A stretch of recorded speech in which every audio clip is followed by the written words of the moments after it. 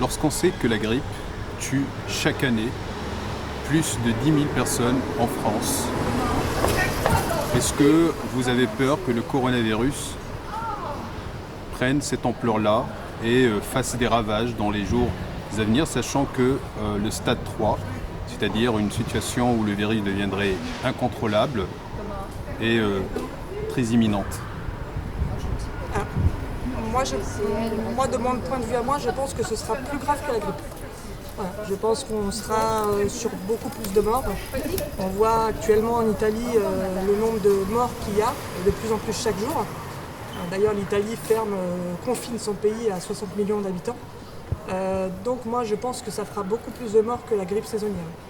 Est-ce que ça impose une question pour les autorités? Est-ce que vous pensez qu'on ne fait pas assez? Oui, je pense que le gouvernement français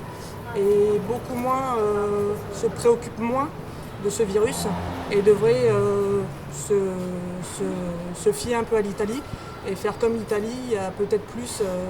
Alors je sais qu'ils ont déjà arrêté certains événements ou à huis clos comme les matchs de foot, mais il faudrait avoir plus de... Alors pas arrêter complètement l'économie, il y a déjà de graves problèmes économie financière, mais je pense qu'il faut effectivement avoir des précautions plus drastiques.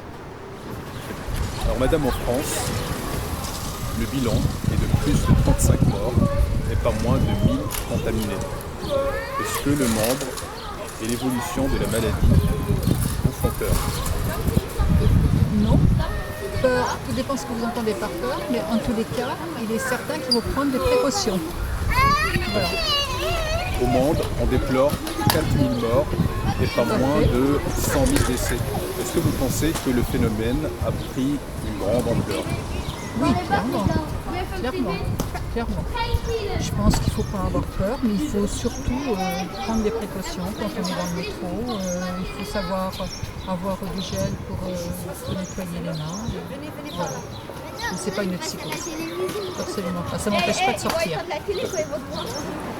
Alors madame, aujourd'hui, le bilan du coronavirus dans le monde entier fait état de plus de 4000 morts et pas moins de 100 000 cas identifiés.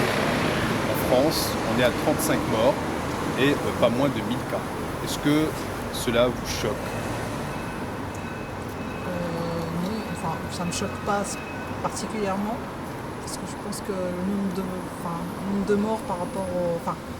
En même temps, je ne suis pas très sûre que le nombre de cas déclarés soit vraiment la réalité. Donc, pour l'instant, je ne suis pas choquée. Vous voulez dire par rapport à ce qui est mis en place, par rapport... Oui, justement. Est-ce que vous pensez que le gouvernement et les responsables n'ont pas pris assez de mesures de protection? Est-ce que vous pensez qu'il faut aller jusqu'au confinement? Parce que la maladie se propage très très vite.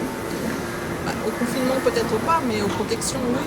Par exemple, nous dans notre travail, on reçoit des clients, toutes les 2-3 minutes on a un client différent et en fait on n'a pas de moyens réellement de protection, que ce soit de masque. La seule chose qu'on nous dit c'est de nous laver les mains, donc le savon et après de s'essuyer les mains, parce qu'on n'a pas de... Comme tout le monde, on n'a pas de gel, même dans notre travail, quoi. On sait que la grippe fait chaque année plus de 2000 morts en France. Est-ce que vous êtes prête à une telle situation-là? Est-ce que le chiffre est quand même grand? C'est des gens qui meurent dans l'anonymat et dans l'indifférence totale. C'est vrai que par rapport au nombre de cas de grippe classique, pour l'instant c'est pas énorme. À voir à la suite si ça se déclare un peu plus. Effectivement, je pense qu'ils devront prendre des mesures plus draconiennes. D'accord. On va rester suffisamment contrôlé selon vous. Est-ce que cela vous choque, vous fait peur? Le coronavirus? Oui, et l'évolution de la maladie surtout. Moi non. Après effectivement, vu le nombre de personnes touchées, c'est un peu préoccupant. Après, je trouve que c'est un peu une manipulation des médias pour le coup, pour éviter de parler d'autre chose. Et il y a eu assez de déboires, je sais pas, politiques, instrumentalisation politique, médiatique. Donc moi je m'intéresse plutôt à ça. Après le coronavirus il fait quand même moins de morts que la grippe. Donc effectivement c'est un questionnement mondial et il faut s'en préoccuper, mais après de là en faire toute une histoire comme ça. Je sais pas si j'ai répondu à votre question. C'est ce que je pense du coronavirus. D'accord. La situation en Italie, elle vous fait peur, elle vous choque, sachant que vous avez des proches aussi en Italie. Oui, c'est pas évident. En effet, non seulement j'ai des proches, mais en plus je travaille entre les deux pays, donc j'ai des situations qui me touchent qui me touchent moi et mes proches, tant au plan personnel qu'au niveau professionnel. Donc en effet, c'est une situation qui n'est pas facile. Elle me choque, elle me surprend plus qu'elle me choque. Pour l'instant, on essaie quand même de garder un minimum de calme. Il y a certes plus de 400 morts et presque 100 000 cas enregistrés.